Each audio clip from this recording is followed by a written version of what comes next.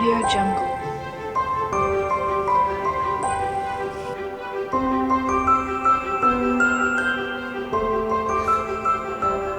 Audio Jungle. Mabatsaga na gayud sa matag tawong nga mosulod sa City Hall sa Dakbayan sa Jensen ang Christmas season. Makit-an sa mga empleyado ang pagpangandam sa matag opisina ug pagtaod og mga materyales sama sa Christmas lights ug decor. Base sa human resource nga gihimo nilang kompetisyon, ang Christmas decoration alang sa 26 ka mga opisina sa lokal nga panggamhanan sa Jensen. Every offices meron. Actually, last year we conceptualized that we're going to encourage everyone to celebrate Christmas at saka talagang maisabuhay natin ang Pasko. So dapat maramdaman nila from the start pa lang from the offices. However, because of budget consideration, we have to think and to innovate ways. So ang ginawa namin, sige magpa-contest ta. Tungod niini gilibot suroy usab sa grupo ang City Hall kung diin makit-an gayud ang ilahang pagpangandam sama sa opisina sa City Legal nga nagtabanganay pa sa atbang sa ilahang pinto. Sa tema nga makulay ang Pasko sa mga empleyado, gipuno gayud nila og dekorasyon ang mga opisina.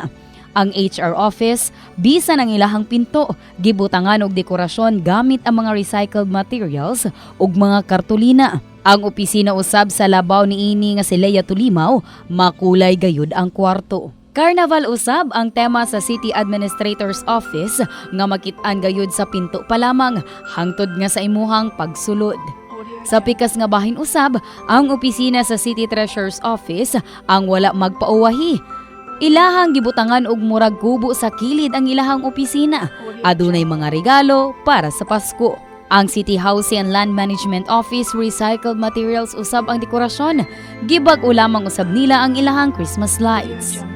Yes, no, simple lang man ang amo ang decoration. Ang amo good in fact na untay move ang Mancom nga it will not be a competition unta. Tungod kay ang amo is para lang man ma-feel ang spirit of Christmas, pero nevertheless nag-comply naman pud mi para na among decoration. Sa pikas nga bahin usab ang City Mayor's Office sa pagpanguna ni Mayor Ronel Rivera ang adunay dakong regalo. Pagsulod pa lamang nimo sa may pinto, makit-an dayon kini gawas pa sa mga dekorasyon. Samtang ang kanhing midaog natong 2014 nga opisina sa City Accounting ang tamis gayud ang tema. Adunay mga candy, mga lollipop ug mga dagkong mga donut nga gama sa karton ug uban pa.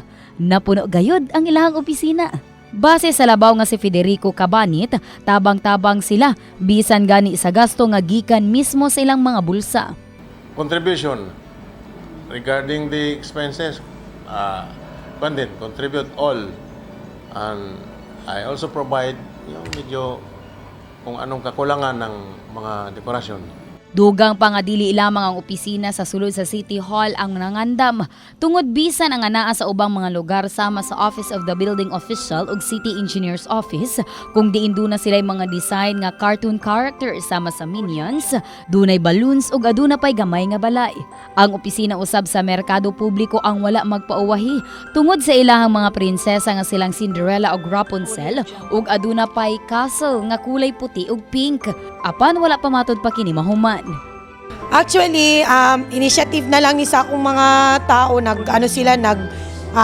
mga igsuon nga nasa mga promotional naga-work, gipangayo nila tong mga recycled na mga materials, cartons, kani siya made of ano na ni siya kanang sa ice cream na carton. For Christmas display, yung concept is Pixar and Disney. So, yan, as you can see, sa up yan siya na concept.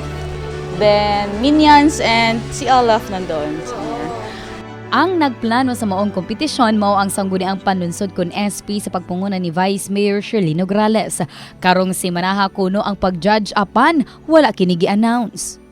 Because basically with all drudgeries nga nagakatabo, with all the calamities nga nagakahitabo, and with all the negativities, we want to uplift, of course, the spirits of not just the employees of the city government, but of course the entire constituents of the local government of General Santos City.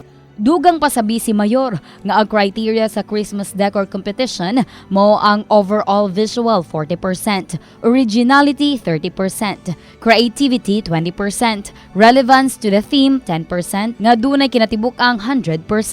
Makadawat usab og 5,000 pesos ang first prize, sunod 4,000 ug 3,000. Samtang adunay consolation prize nga 1,000 pesos. Sa sunod nga Lunes kuno i-announce ang mga nagmadaugon sa maong kompetisyon atol sa ilang flag raising ceremony.